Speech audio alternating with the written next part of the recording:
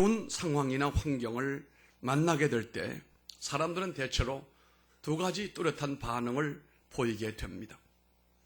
한쪽 사람은 아예 큰 파도에 주눅이 들고 겁을 먹고 그냥 항복을 해버리고 나는 아무것도 할 수가 없다, 주저물러 앉아 울고 있는 이런 사람이 있는가 하면, 반면에 어떤 사람은 불가능은 없다, 하면 된다, 매우 적극적인 사고방식을 가지고 문제 앞에 무너지지 않고 문제를 향하여 도리어 도전하는 이런 사람의 모습도 있다는 사실입니다. 실제로 이런 사람들에 의해서 우리는 인생의 역경 가운데서도 시련이 극복이 되고, 그리고 문제들이 해결되는 놀라운 장면들을 통해서 우리가 감동을 받기도 하고, 또 우리 스스로도 그런 경험을 통해서 참 하나님의 도우심이 놀랍다, 이렇게 경험을 하게 되는 것입니다. 하나님은 하나님의 자녀들이 하나님의 은혜로 하나님과 함께하여 살아가는 동안에 열심히 기도하고 믿음으로 살면 세상에 줄 수 없는 은혜와 능력을 주시는 분입니다. 아마 이번 명절에도 많은 분들이 화기애애하게 떨어졌던 골육들이 함께하는 즐거움도 누렸겠습니다만, 많은 경우 아마 적지 않을 겁니다. 형제들끼리 분쟁하고 마음이 불편하고, 누가 더 많이 가졌는가, 누가 더 사이즈가 큰 것을 누리고 있는가, 누가 더 유산을 많이 받았는가, 이런 문제 때문에 불편한 명절을 보낸 분들도 없지 않아 있습니다. 물론 인간이기 때문에 이해될 수 있습니다만은, 그러나 성숙한 사람이라고 한다면 다른 사람 때문에 내 인생이 이렇게 됐노라고 말하면 안 됩니다. 내가 오늘 이렇게 사는 것은 내 능력이고 내 복이지, 부모를 잘못 만났거나 형제 때문에 피해봐서 그렇게 된 것은 결코 아니라고 하는 사실입니다. 도리어 우리가 좀 더 성숙한 그리스도인이라고 하면 내가 주의 주시는 은혜와 능력으로 도리어 베풀고 나누어 사람들을 부유하게 만들고 배부르게 하는 사람이 되고, 형제들을 기분 좋게 하는 사람이 되리라, 이렇게 생각하는 것이 훨씬 더 아름다운 삶이라고 우리가 생각을 할 수가 있습니다. 우리가 예수 그리스도의 그 믿음을 본받게 되면 나타나는 현상 가운데 한 가지가 매우 적극적인 사람으로 바뀌어진다는 거예요. 적극적인 사람 반대가 어떤 사람입니까? 소극적인 사람이. 할머니들은 이 말 잘 들었어요. 이민 간 어떤 할머니가 교회 갔다 오더니 아들 보고 아들이, 어머니 오늘 목사님 설교 못 들었어요. 뭐 속꼭지 적꼭지 하더라고요. 그 뭔가 했더니 소극적 적극적을 속꼭지 적꼭지라고요. 예수 믿게 되면 사람이 적극성을 지니게 되고, 어떤 난관이 있어도 하나님과 함께함으로 도전하려고 하고 극복하려고 하는, 그 패스오브 하려고 하는 힘이 생기는 거예요. 어떤 문제나 어려움을 겁내지 않고 담대함으로 상황을 이겨내려고 하는 그런 자세들이 생기게 되는 겁니다. 뿐만 아니라 신앙인들을 보게 되면 아주 긍정적입니다. 긍정적입니다. 할 수 있으리라고 믿어요. 오늘 본문에도 말씀하지 않습니까? 할 수 있거든이 무슨 말이냐? 믿는 자에게는 능하지 못할 일이 없느니라. 이 말씀을 여러분 명심하시기 바랍니다. 따라 한번 해보십시다. 믿는 자들에게는 능하지 못할 일이 없느니라. 이렇게 우리들에게 긍정적인 미래의 길을 우리들에게 제시한 말씀이 바로 복음의 핵심이라고 우리가 볼 수가 있는데요. 이런 사고방식을 가지고 있는 사람들은 그들이 어떤 문제와 부딪힐지라도 거기에 주저앉지 않고 울지 않고 도전한다는 사실입니다. 문제가 해결될 때까지 도전한다는 겁니다. 기도하고 매달린다는 사실입니다. 야곱이 야복 강가에서 천사와 씨름하는 것처럼 그 우리 성도들의 모습이 그렇게 돼야 된다는 사실. 실제로 이런 사람들에 의해서 역사는 발전되어지게 되고 삶의 위대함을, 삶의 통쾌함을 이런 사람들을 통해서 우리가 느낄 수도 있는 것입니다. 어떤 심리학자가 이런 실험을 했습니다. 벼룩이 실험을 했습니다. 벼룩이. 이 벼룩이 하게 되면 제가 어릴 때는 이 벼룩이를 많이 봤어요. 벼룩이와 친했어요. 여기 아마 나이 드신 분들은 벼룩이 아마 잘 아실 겁니다. 생생하게 아마 기억이 될 겁니다. 이 심리학자가 벼룩이 몇 마리를 잡아가지고 벼룩이가 도무지 얼마나 뛸 수 있을까? 벼룩이를 더 교육을 시키면 더 높이 뛸 수 있을까?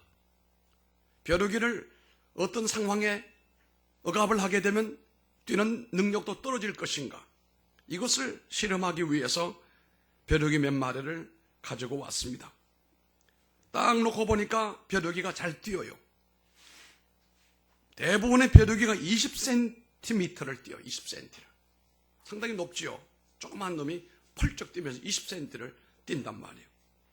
그 중에는 높이 뛰는 놈은 무려 30cm를 또 뛰는 놈이 있어요. 상당히 높이 뛰는 거예요.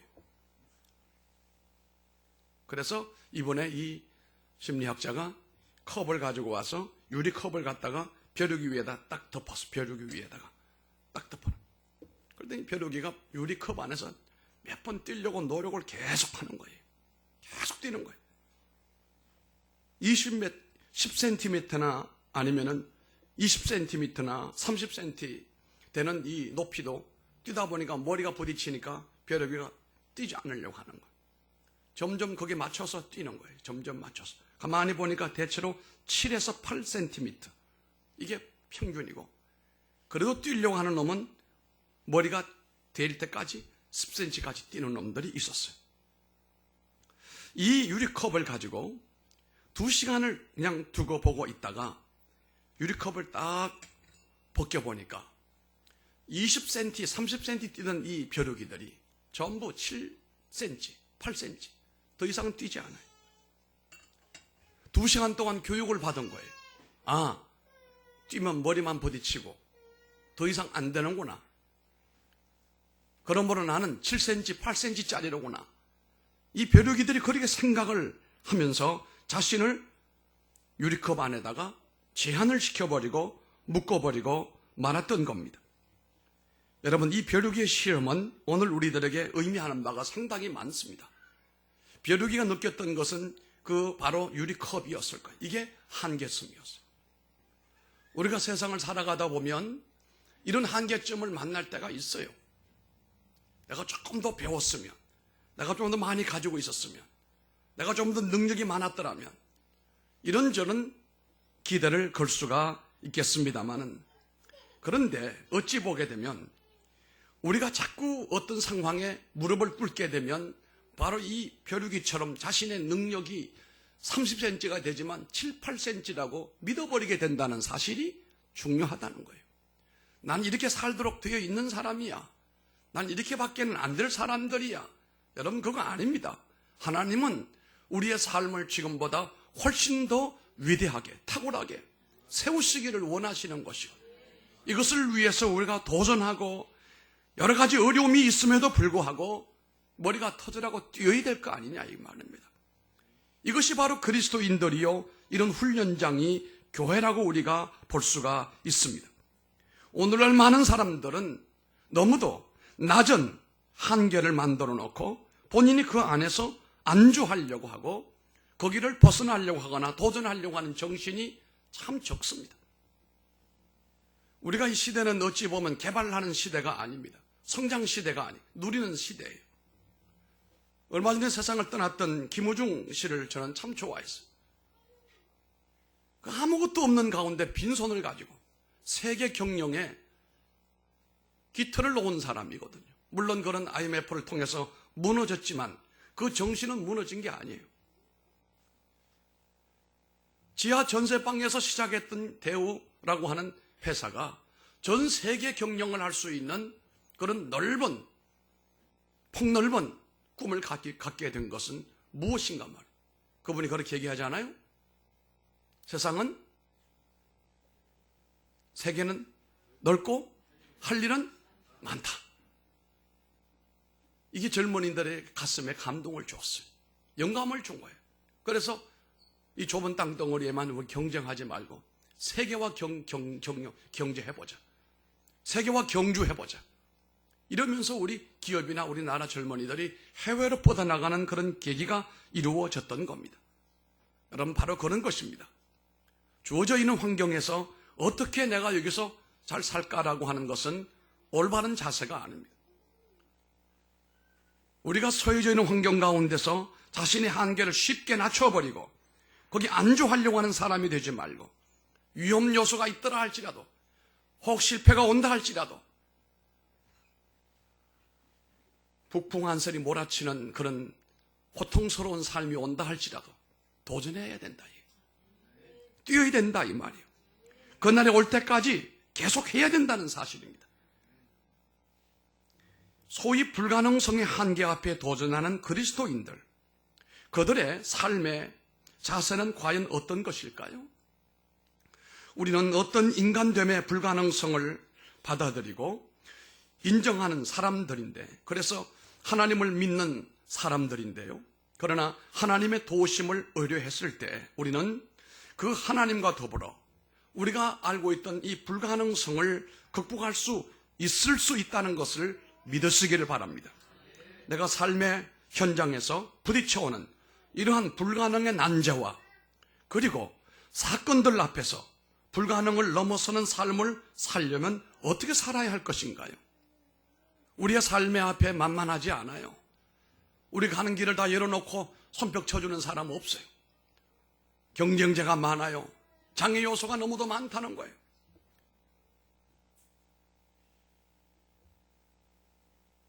원래 우리 부총회장 선거가 늘 참 치열했는데, 원래는 단독으로 경쟁자가 없이 탄생을 했어요. 그 송항석 목사. 그걸 내가 당신은 경쟁자 없는 우승자요. 그랬더니 난 목사 한마디가 내 가슴을 이렇게 감동을 줍니다. 정말입니다. 경쟁자가 없이 우승자가 됐습니다. 사실 그분은 우리 교단에서 비주류에 해당하는 사람이고, 어찌 보면 주류 측에서 볼 때는 저 사람이 좀 교회는 좀 크다 할지라도 영 인정을 안 해주는 그런 환경임에도 불구하고 원체 이분은 한국교회 우리 교단을 위해서 봉사 헌신을 많이 했어요. 제가 하는 일에도 여러분이 여러 번 협력을 하고, 그것을 무슨 사심으로 하는 거 아니에요. 주의 나라와 하나님의 교회 인프라를 위하여 본인이 물질을 내놓고 헌신하고, 그러다 보니까 막상 부총회장 될 때 아무도 나타나지 않았어요. 경쟁자 없는 우승자다 이거. 여러분, 경쟁자가 많아요. 그래도 경쟁자가 있을지라도 그 가운데 이기는, 승리하는 사람들이 바로 우리가 되어야 될 줄로 믿는 것입니다. 오늘 이 본문의 말씀을 보면은 간질병을 가지고 있는 자녀의 얘기입니다. 이 아이가 어릴 때부터 이런 간질 증상을 가지고 자라나고 있음을 보는데, 이 아이를 데리고 아버지가 예수님께로 왔지만 예수님이 그날 거기 계시지 않고 변화산에 올라가 계신 가운데 밑에 베드로, 요한, 야고보를 제외한 나머지 제자들이 있는 그곳에 와서 그들에게 이 아이의 병을 고쳐달라고 요청을 했습니다. 그런데 제자들이 부지런히 노력을 했지만 이 아이의 병을 고칠 수가 없었습니다. 그래서 이 아이의 아버지는 절망에 빠졌습니다.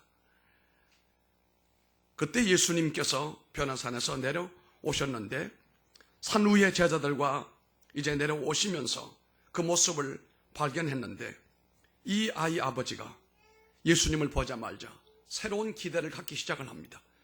예수님을 믿으면 저분이 아마도 우리 아이 병을 고쳐줄 수 있으리라, 이런 새로운 소망을 갖게 된 겁니다. 그래서 예수님 앞에 엎드려서 간절한 마음으로 도움을 청하게 됩니다. 이때 예수님이 이 불가능의 병, 간질병, 사실 간질병은 지금은 좋은 약물이 있어서 상당 그 증세를 미리미리 줄일 수가 있고 별로 그렇게 심하게 발작하지가 않습니다만, 그러나 완전히 고쳐지는 병도 아닌 겁니다. 뇌와 연관된 그런 병이기도 하지만, 그런데 오늘 이 병의 내용을 보면 병의 내용은 사람이 늙어가면서 오는 자연스러운 병이 있어요. 또 두 번째는 어떤 바이러스나 어떤 질병에 감염이 돼가지고 지금 중국에서 전 세계로 우려감을 주는 코로나 바이러스라고 하는 바이러스가 위협적입니다. 그래서 나는 찬미를 좀 경계를 했어요. 그 우한 옆에 살거든, 거기가. 괜찮은가 봤더니 괜찮은 것 같아. 잠복 기간에 일주일 정도 된다는. 지금 이 명절을 통해서 이 중국 여행객들, 요커들이 얼마나 많이 몰려오는지 200만인 개 정도 일주일 내내 올 거예요.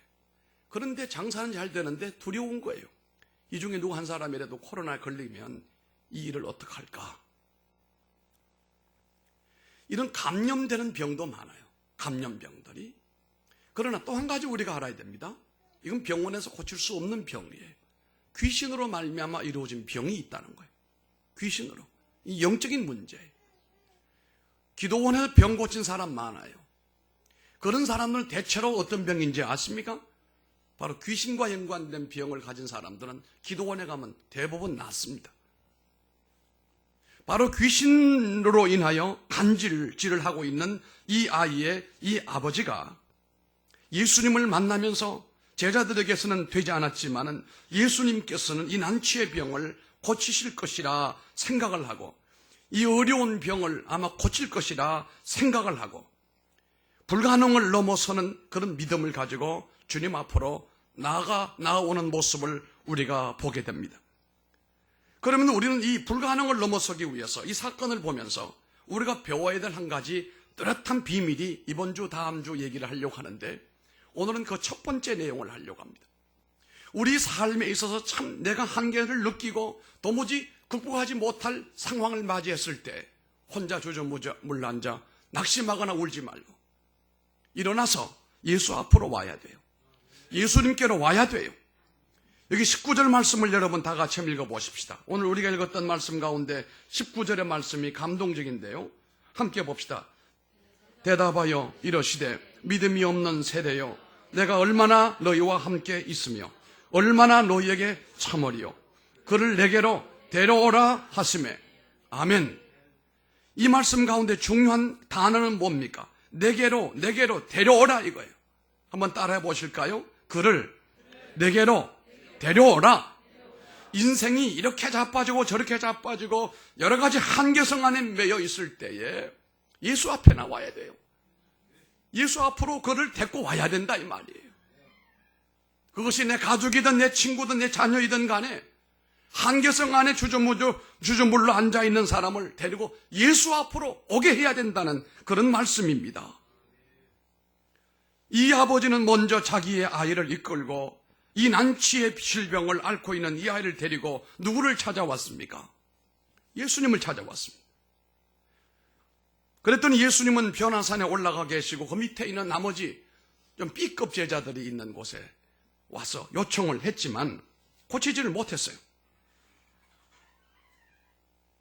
그때 예수님께서 그 변화산에 놀라운 역사를 세 제자들에게 보이시고 이제 내려오셨는데 예수님께서 내려오셔서 그들을 가만히 보시면서 그들이 어려움 속에 빠져 있는 사람임을, 고통 중에 있는 사람임을 한눈에 보게 된 겁니다. 그래서 이 예수님은 이 아버지를 칭찬하시는 겁니다. 아이를 귀신 들려 이렇게 고생하는 아이를 내게로 데리고 왔으니 잘 데리고 왔다. 여러분 우리의 삶의 환경 가운데서 주변에 이렇게 난관에 부딪혀서 울고 있는 사람들, 한탄하고 있는 사람들, 그분들을 도울 수 있는 방법은 그분들을 예수께로 오게 해야 돼요. 예나 지금이나 예수께로 와야 우리의 한계성을 넘어설 수가 있는 것이거든요. 인간의 한계성이라고 하는 것은 누구에게나 있습니다만은 이 한계성을 해결하기 위해서는 하나님의 은혜와 연결이 되어져야 된다는 사실입니다. 어떤 어려움이든지 아니면 고통이든지 고통 가운데 울고 있는 사람들을 여러분들이 도울 수 있는 방법은 그들을 교회로 인도하여 예수 앞에 오게 하는 것입니다. 우리가 이렇게 말하는 것이 저들을 돕는 놀라운 계기가 된다는 사실입니다. 우리가 마땅히 그렇게 말해야 될 줄 알면서도 그렇게 말하지 못할 때가 상당히 많이 있잖아요. 그래서 사람들이 자기 문제에 대한 해결의 희망을 안고 초청받고 전도받아서 교회로 나오는 모습들을 보는데, 그들이 교회에 나와서 교회만 나옴으로 인하여 문제가 해결되는 건 아닙니다. 교회에 와서 앉아 있다고 문제가 저절로 떠나가는 것도 아니라는 사실입니다. 교회에서 저들이 와도 문제가 해결될 수 있는 그 길은 바로 예수님을 만나야 된다는 사실입니다. 어떤 부모님 한 분이 자기 어린 자녀를 데리고 교회에 나왔는데 늘 아이를 향하여 이렇게 말했어요. 교회 가자, 교회 가자. 그렇게 말했어요. 야, 교회 가자, 하나님 집에 가자, 이렇게 말했어요. 그랬더니 하루는 이 꼬마 아이가 엄마, 나 안 가요, 그랬어요. 왜 안 가? 그랬더니 하는 말이 밤낮 가봐야 거기 하나님 안 계시잖아요. 그렇게 말한단 말이에요. 하나님, 이 꼬마는 당연히 하나님을 만나고 교회 가면 하나님을 경험할 줄 알았는데 엄마는 자꾸 교회만 가자고 그러고 예배당만 가자고 그러고 예배 가자고 그러고 만난다는 것에 대한 강조를 하지 않았던 거예요. 이 아이는 마음속에 기대감이 있었는데 맨날 가봐도 하나님 안 계시니까 안 가겠다는 거예요. 이 아이 똑똑한 아이예요.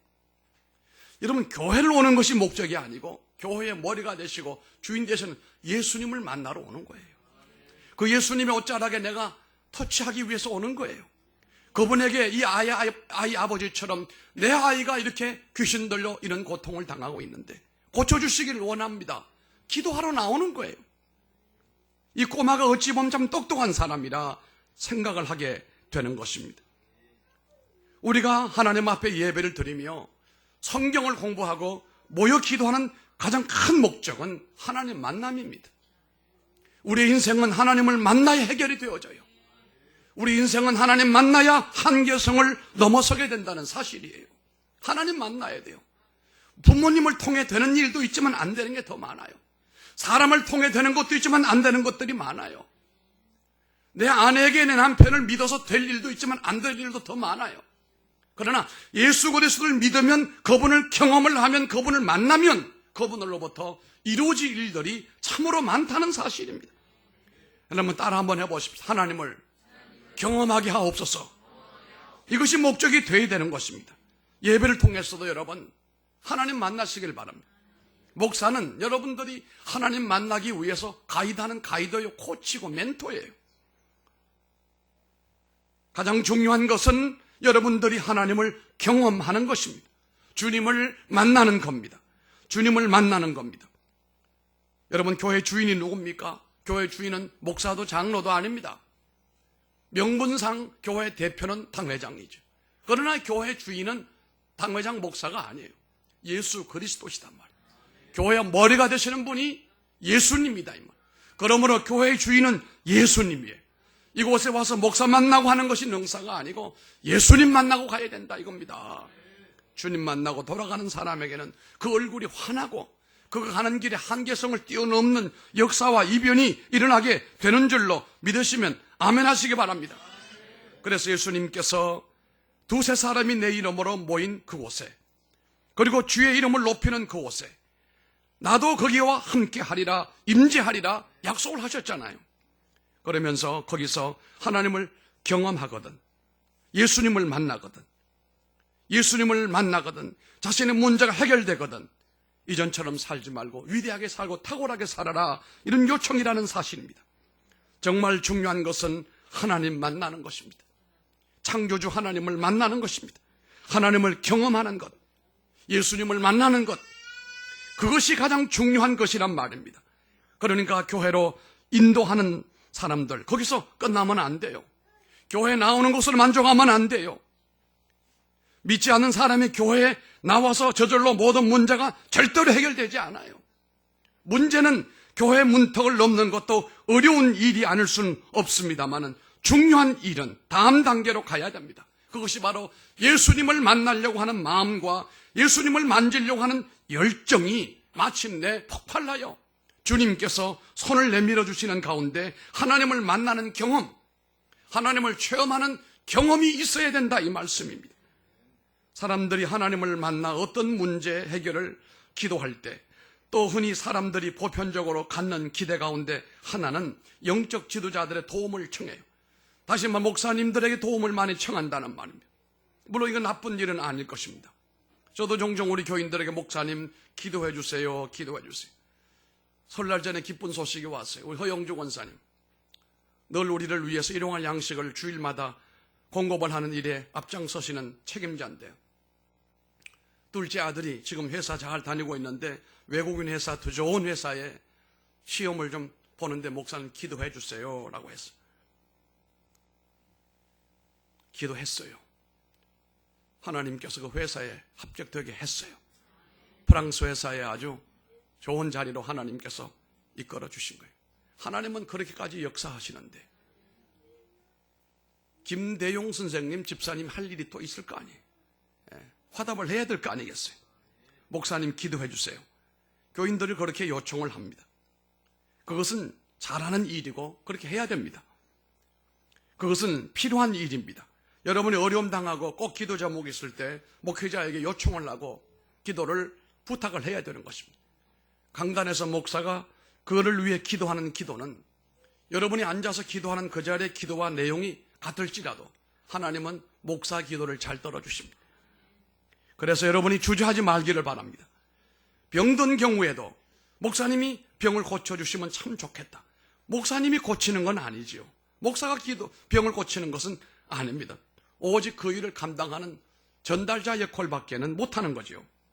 우리는 우리를 치유하시는 궁극적인 치유자는 목사님이 아니라 하나님이시고 주 예수님이라고 믿어야 됩니다.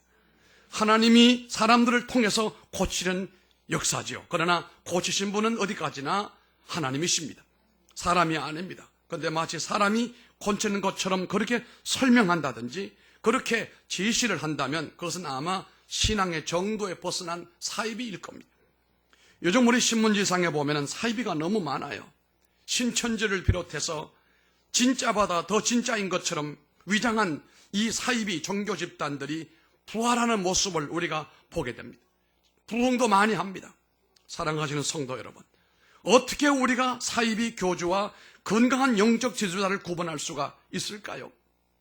그 구분이 뭐냐고 하면은 만약 어떤 지도자가, 어떤 목회자가 계속해서 초점을 주님에게 맞추지 않고 자기에게 맞추려고 하고 자기가 마치 메시아인 것처럼 사람들을 현혹시킨다고 한다면, 그런 암시를 자꾸 던진다고 한다면, 자기가 하나님과 비슷하다고 얘기를 한다든가, 자기가 그리스도와 비슷하다고 얘기한다든가, 자기가 구세주라는 선포를 암시적으로 하는 이런 사람들은 전부 사이비들이에요.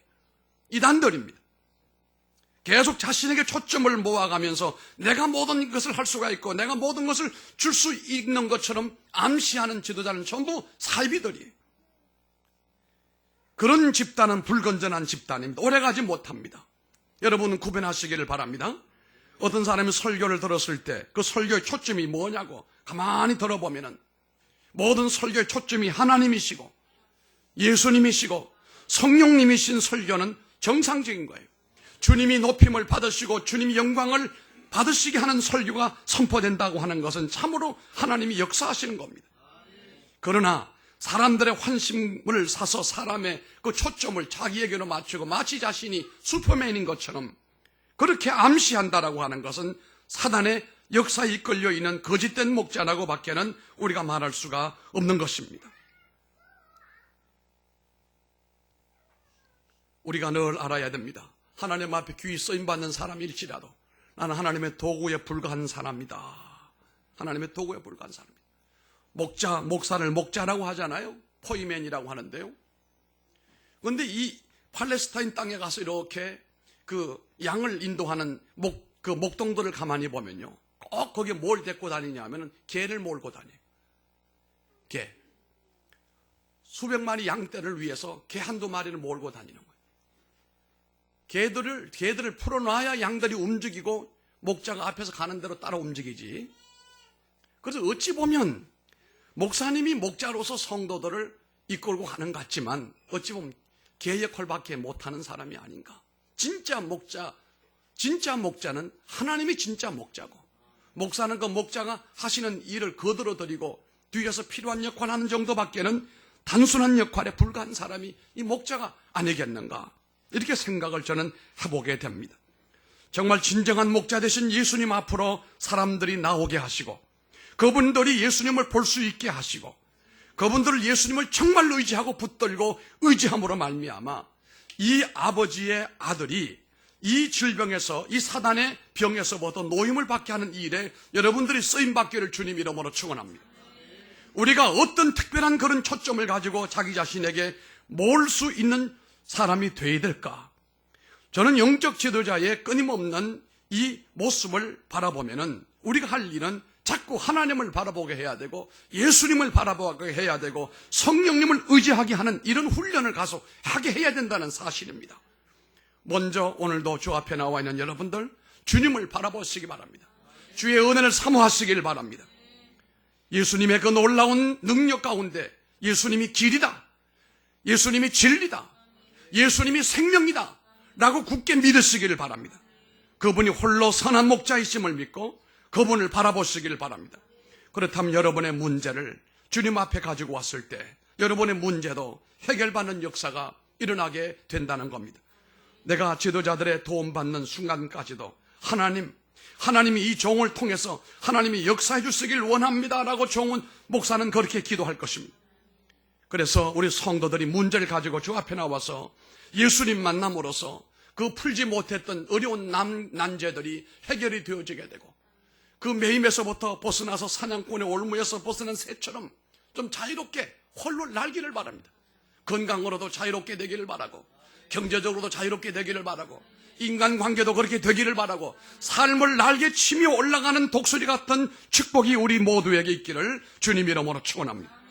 존귀하신 아버지 하나님, 감사와 영광을 돌립니다. 불가능의 시대를 살아가면서 이 불가능의 한계를 뛰어넘는 이 위대한 신앙을 간직하게 하심을 감사합니다. 우리가 하나님이 계시는 집으로 왔을지라도 와 앉아있는 것으로 만족하지 말고 하나님을 믿고 하나님의 능력을 경험할 수 있는 역사가 일어나게 되기를 간절히 소원하고 원합니다. 자신의 매이는 처지가 예수 믿고 난 다음 그분의 능력으로, 그분의 역사로 해결되는 일들이 우리 교회 안에 많이 일어나게 되기를 바랍니다. 더러운 귀신들이 예수 이름으로 추방되고 질병이 떠나가고 가난이 물러가는 하나님의 역사의 현장이 될 수 있도록 이 장소를 하나님께서 성별해 주시고 성도들을 축복하여 주옵소서. 예수님 이름으로 기도하옵나이다. 아멘. 우리 찬송 한번 불러십시다. 여기 없지만 287장이죠. 예수 앞에 나오면 우리 1절만 한번 부르고 폐 찬송 부르겠습니다. 오늘 말씀을 기억하면서 우리 287장 1절만 예수 앞에 나오면,